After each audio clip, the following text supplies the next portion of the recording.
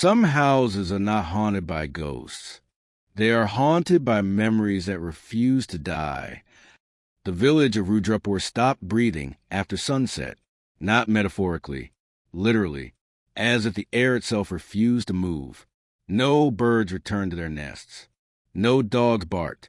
No crickets sang. Even the wind avoided the village after dark. People of Rudrapur believed that silence was not emptiness. It was attention. Something was always listening. At the far end of the village stood an ancient Haveli, its blackened walls eaten by time, its windows hollow like dead eyes, and a single balcony that never collapsed no matter how many storms tore through the region. Lightning had struck it 3 times. Earthquakes had shaken the land. Yet the Haveli remained, watching. The villagers called it the Haveli of the Mistress. No one knew her real name. No one had ever seen her walk out. But every family passed down one rule, like a curse carved into blood. Never look at the Haveli after midnight, because the moment you did, she looked back. The arrival. 5 friends didn't believe in village rules. Fear, for them, was entertainment. Raghav, the loudest of them all, laughed when an old tea seller warned them. Bye, hum sidious yehain.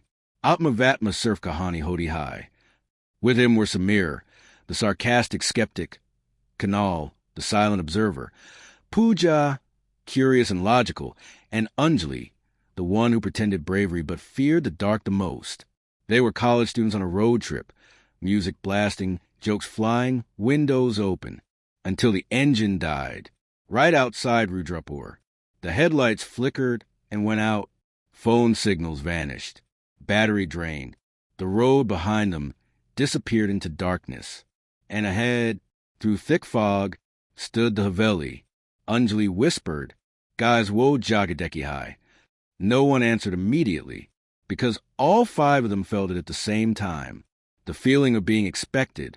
The gate, the iron gate of the Haveli was rusted shut. Yet as Raghav pushed it, it opened with a scream of metal so loud it echoed across the village. Inside, the air dropped suddenly, cold enough to sting their skin.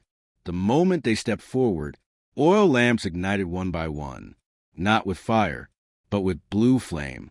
Pooja froze. Did anyone light those? No one replied, because their hands were empty. The lamps formed a path, leading inward, inviting, or guiding. The main door creaked open slowly, as if someone on the other side was smiling.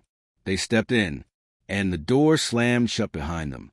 Inside the Haveli, the smell hit them first. Incense mixed with decay, sweet and rotten. The hall was massive. Ceilings vanished into darkness. Chandeliers hung crooked, dripping something black. Portraits covered every wall. Men with their faces scratched out.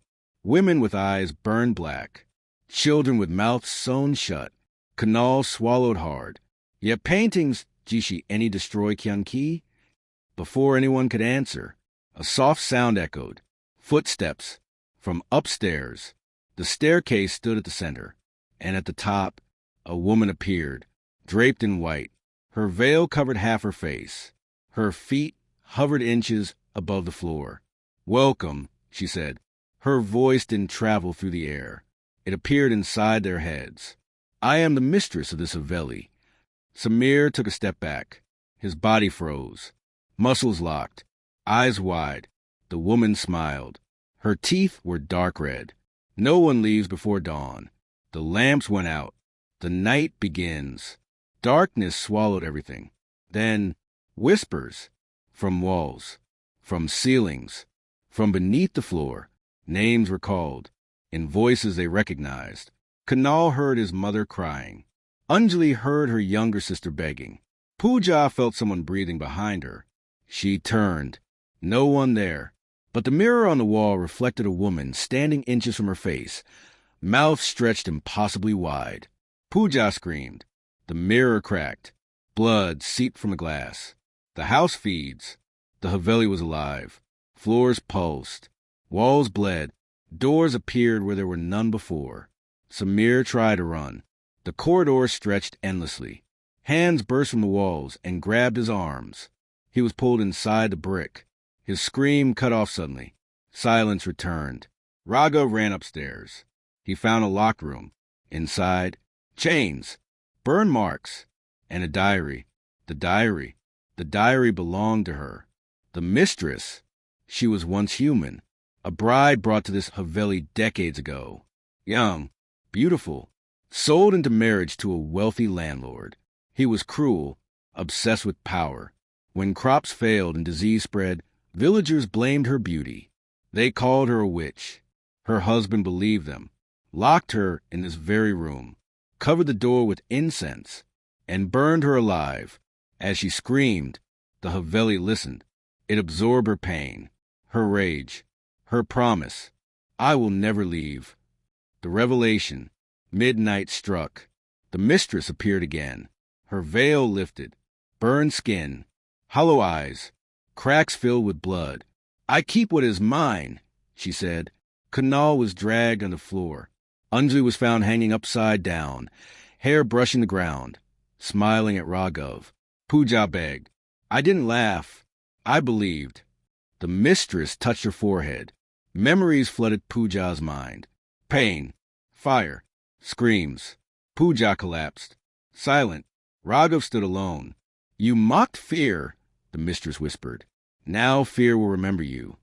She placed her hand on his chest. His heart stopped. Morning. The villagers found the car. Empty. No footprints. No bodies. The Haveli stood silent. But that night, 5 new portraits appeared on the wall, and the lamps lit themselves again, waiting, because the mistress of the Haveli is never